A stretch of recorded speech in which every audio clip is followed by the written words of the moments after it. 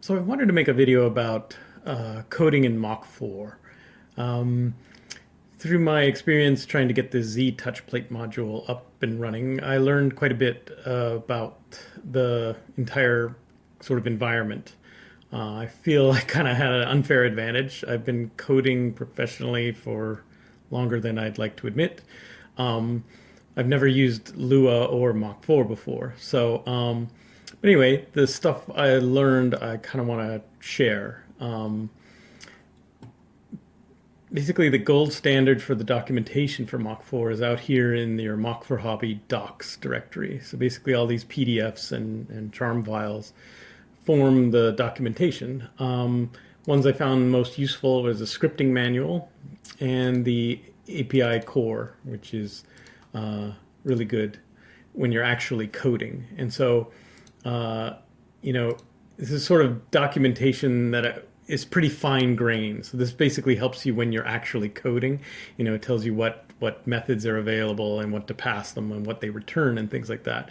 But some of the hardest things that I found to understand was the higher level architecture, is how are things laid out in Mach4 and what's going on with all these files and various threads and things. And so I thought I'd focus on that because I thought, a lot of that information is kind of hard to find. So basically everything that I'm going to talk about here today, I've learned from reading this documentation as well as sort of scouring the Mach4 support forums. There's a lot of good information in those forums, and not all of it percolates out. It's sort of buried in there. You really have to get around. So since I didn't see any videos like this on the interwebs, I decided I should make one. So here it is. Here's my attempt. If you're a Mach4 coding wizard or even one of the architects, and you notice I say anything incomplete or incorrect, please say something, and we can get it corrected, because I just think it's important for this stuff to get out there. I think a lot of people use Mach4, and I mean, these are milling machines. This stuff can get dangerous in the real world, so it's important to get good at this if we're going to modify and extend the functionality of this software. So anyway, here's my go at it. I threw together this little slide deck to talk about certain things. And so here's sort of my view of the skills that are kind of required to get good at coding in Mach4. The first one here in this circle is the Lua programming language. So I've never used Lua before, but I've coded in so many different languages that what's going on in Lua is not very particularly surprising. But I think if you're just starting out coding, or maybe you're just coming from a different language, what's going on in Lua can be a bit jarring if you're not aware of it. So I was just going to point out some things. I think it's beyond the scope of this video to be a tutorial about the Lua programming language. But this is one of those areas that, at least to give you an idea of maybe the things that you should be aware about, but maybe aren't. And so it will help you go and read up on them, so you aren't surprised by things that are going on in the language. And then the next paradigm is this second circle, which is WX Widgets Toolkit. So this is a cross-platform toolkit for making desktop user interfaces. And so there's a bunch of tools that are very similar. And so I feel like if you've used one of them, you kind of get the gist of it. They're all different. They're all snowflakes, but you kind of get the broader idea. So if you haven't used one before, or certainly if you haven't used WX Widgets, just expect that you're going to have to learn something about it. And so that's another sphere in the mix here. And then lastly here is Mach4 code organization. And this is one of the areas where I thought the documentation kind of fell short, is it doesn't really give you a good idea of the high altitude view of, well, how is this stuff architected, what is running, who does what. And so that's what this video is attempting to address, is some of that code organization. And so I feel like a lot of the best information that's out there is on those forums on Mach4 support, and it's not in the documentation. At least I didn't see it. So anyway, this little triangle-like shape here in the center, this is the place we'll probably all have to enter to get at least reasonably good at coding in Mach 4. So I thought I'd first talk about some aspects of the Lua programming language that you should be aware of, and if you're not, then you can go and do some research on it, so you aren't surprised. And so, first thing is dynamically typed.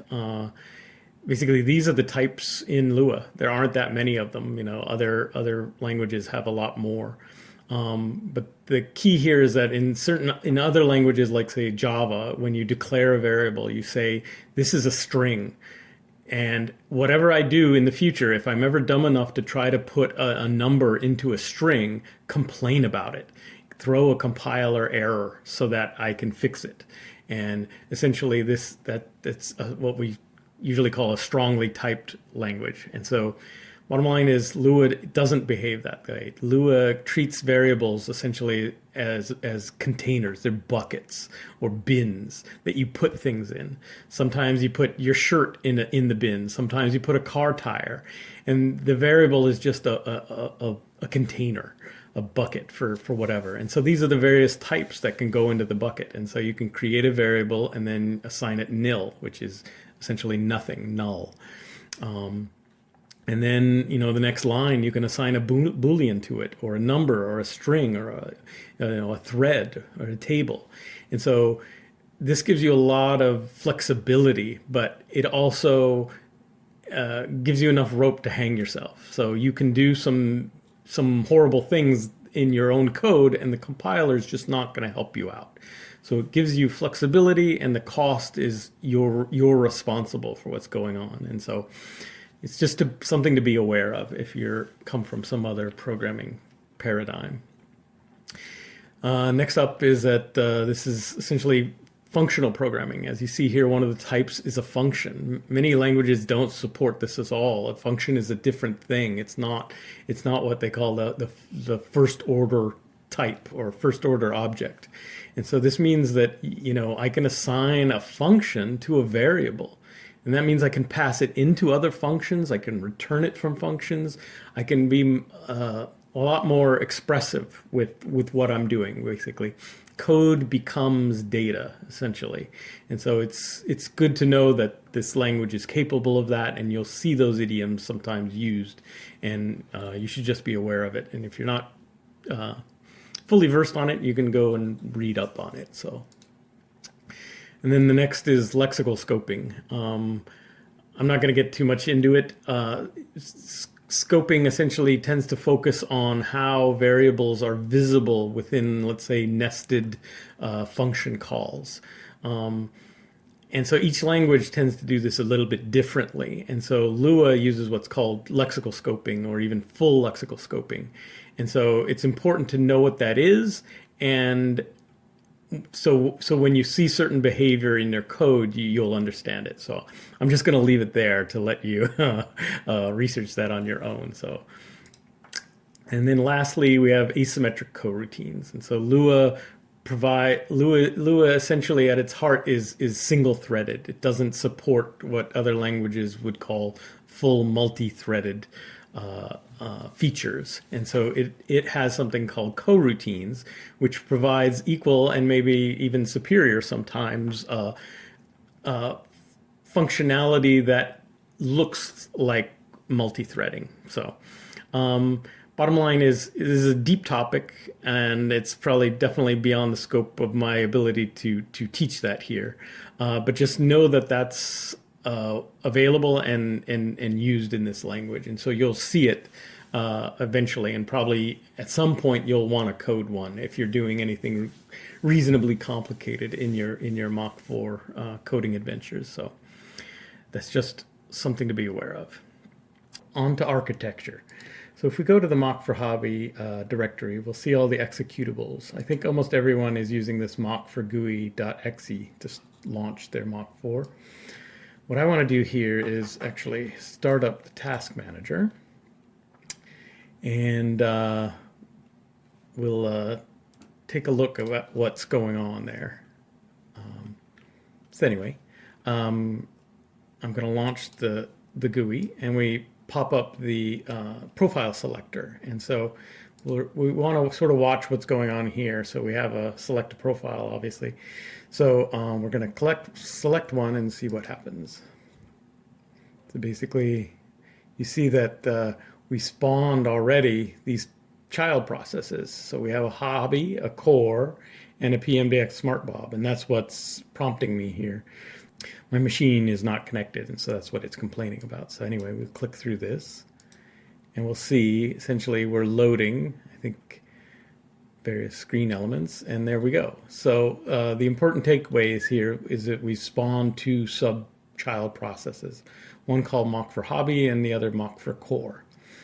And so if we head back to our slide deck, so here we have that file, the Mach4 GUI.executable. So this is closed source. It's not available to be read, so I don't really know what's going on it, but we can infer what's going on from the task manager and other things. We don't really need to read this code. It's to understand what's going on. And so as we saw, the Mach4 GUI executable spawns two child processes, the GUI and the core. And it's important to know that these are just separate processes, and they communicate with each other, but it affects our mental model of what's going on in the code. And so let's start with the GUI. So it's written in Lua. It uses WX Widget Toolkit for the UI stuff, and it primarily exists to allow users and vendors to customize Mach4 functionality. In the previous version of Mach 3, the core and the GUI were mixed together. They're essentially combined, and you use Visual Basic to code both of them. And I think that at some point they hit the wall as far as what was possible as far as customizability. And so they decided to separate out the core from the GUI, which is probably not a bad idea. And so they wrote their GUI in Lua, but you could write your own. You could write your own in C#, in Java, in C++, whatever. The important thing is that the core now provides a separate functionality from that, and it allows them to evolve sort of independently. So moving on to the core is written in C++, and it's built essentially like an operating system. It's there to provide services that control the motion at a very high level. And the details of that motion are essentially implemented by plugins. And so here we have interfaces with hardware via plugins. And so this allows companies like PMDX or Warp9 to build hardware controllers and then write software plugins for Mach4 to go with their products. And in order to make all that work, Mach4 has exposed an API. And so if we go back out to the file system in the docs directory, so this guy. So essentially, this is the core programming interface. It basically defines all the methods that you can call to control the core. And that's essentially what's being used by the GUI, and by any GUI you would make, any code you would write to extend this GUI, you will be doing the same thing. So anytime in your Lua code where you see MC dot, essentially you're calling into the Mach core, and these are the functions that provide. And the details of, let's say, the movement will probably be delegated to one of these plugins to do various things. And so that's basically the layout. So as we see, the GUI calls functions in that API, and that's sort of the main flow. Is the GUI is controlling the core. It's not the other way around. So the other layer, this is covered in the documentation pretty well, but the concept of registers. So registers is essentially a place to read and write data that is available to both the GUI and the core. So it's sort of a DMZ, a demilitarized zone. It's basically they can both access this data storage mechanism. And so it's a very useful way for data to be passed or shared between these two processes. So it's good to know that that's there. It's documented pretty well. So moving on back to the GUI. So if we go to the screen script.lua. So let's go back out to Mach. So if we enter the screen editor, and then we click on this high level object, ooh, let's not move that. Let's move that. And then come down here to this events tab. You'll see these various scripts. So there's a screen load script, a screen unload, PLC script, signal script, and timer script. And so these scripts together essentially form the code that is the GUI. It allows, this interface allows you to edit them independently. And so if I click on this ellipsis, we'll load the screen load script. The Zero Brain editor will launch. And essentially we've made a temporary file. So every time you do this, you'll get a different file name because it's a temporary file. And so it's important to know that in this directory, there's the top level, there's this thing called a screen script.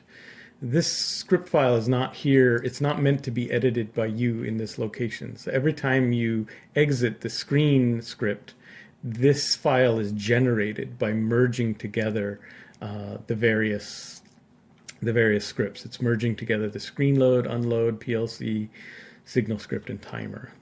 And so it's provided here mostly as a convenience so that when you use Zero Brain Editor to debug, it will actually open this file to allow you to set breakpoints and step through the code. But you shouldn't be editing this file as it's going to be replaced each time. So that's an important thing to know. And so back to the deck. I think I'm not going to go too much into the detail of each one of these scripts, as the documentation I think covers this pretty well. But what I will talk about is the importance of the modules. So basically the screen load script, we go back to the code. If we search, remember this is the screen load script. And if I look for the word load, there's a section here that loads modules. And so here we see that essentially all of this GAC is essentially adding locations to the path. So it's important to know that you can have modules in your specific profile. Let's say you want a module that's only available to one profile. Then you put it in the profile/modules directory. And thus that module is only available to one profile. And if you want it available globally, then you would put it in the top level modules directory. And so bottom line is the paths to those locations are being loaded here. The modules themselves are not loaded until you use this essentially function called require. And so here the MC master module is being loaded, and the MC probing module is being loaded, and the error check module. So anytime you see the require is when a module is actually being loaded. So back to the deck here. So you see there's lots of modules that are available, and certainly their paths are loaded, but the actual code itself may or may not be loaded based on what's needed at the time. So it's important to know that. And so back to the core. So one of the first things the core does is it loads its dynamic link library, the Mach4 code DLL. I think it's not too important to discuss this, but it's just important to know that dynamic link library, which is a Microsoft's way of wrapping up shared code, is being loaded, and then that thing itself is loading the plugins. And so there are lots of different plugins. Some are written by Mach4 and others by third parties like PMDX, and you may install a whole bunch of them or very few of them. This MC Lua one is important. We'll talk about that in a while. It's green here because it's indicating that it's using Lua. Everything on this screen actually is marked green, is written in Lua. So this is kind of an important point we'll get to in a second. So anyway, there's keyboard inputs, which is a common one. Then your controller plugin itself. I use the PMDX 424, so I have a PMDX plugin. You may use ESS and have their plugin. This is also worth noting, this is kind of the root of, if you've ever had, you notice when you start Mach4 GUI, if it's ever errored out and says there's already an instance running, a common thing that happens is that something will go wrong in the plugin, and this plugin will hang when this GUI closes, and it tries to kill the daughter process of the core, but it doesn't die. It stays alive, and the GUI disappears. And then when you try to start it up again, it has a guard where it says, hey, there can only be one core running at any one time. And so you have to go into the task manager and kill it. So basically this is sort of exposing the reason why that happens. And so it's possible that something goes on wrong in this plugin for the controller. It doesn't close cleanly, or it doesn't close at all, and the core is left running or hanging. So just be aware of that.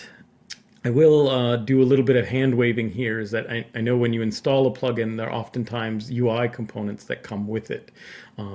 I'm not exactly sure how that mechanism is working. I assume the core provides some ability to inject some UI components, but I'm just going to leave that alone. Maybe somebody else can provide more details on that, but that's a thing just to be aware of. And then this reg file plugin, which sort of handles interacting with the registers, and then Modbus. And there's sort of an endless variety of these, but it's just important to know that the plugins are getting loaded by the core, and they're in the core. And so that was a piece of information that took me a while to discover. And so here we have macros. And so for all of us, more focused on the machining part of it, when you have these M functions, it's very common to want to override or add functionality to the various things. They can do, tool changes and all sorts of functionality that may be specific to your operation. Obviously want to go here. And so those are written in Lua. And so it was, when I first got into this, I was convinced that these macros were all loaded by the screen script, but they're not. They're actually loaded by the core. And the core doesn't know anything about Lua. It doesn't want to know anything about it, but it has this plugin which provides that facility. And so here the macro functions are written in Lua, but it's important to know that they're in just a different process. They're totally separate. So you can't share data that's in, let's say, the screen script with one of the macros, because they're just not running in the same thread at all. So I just wanted to clarify this point. You can share data between the macros and the GUI code, but you have to use the registers to do it. You can't assume, since they're both Lua, that they're sharing the same scope. They're not only not in the same scope, they're not even in the same process. They just don't share memory like that. And so that's important to know. And so there's essentially a very common way, if you want to write code that the various macros can share amongst themselves, it's typical, the pattern is to just write a file and you name it whatever you want in my global macro code. And as long as it ends in MCS, it will get incorporated and compiled together as a lump into this WX Lua. And so in that way, the various macros could share code that's written in this file. And so that's one way of sort of sharing code. And then the other way is that this load underscore modules, which comes from Mach4, is actually enables you to load modules. And so they, just like the screen script, can load common or communal data that's in a module and then use it amongst themselves here in the macros. But it's important to realize that they're not the same instance. This has a separate running.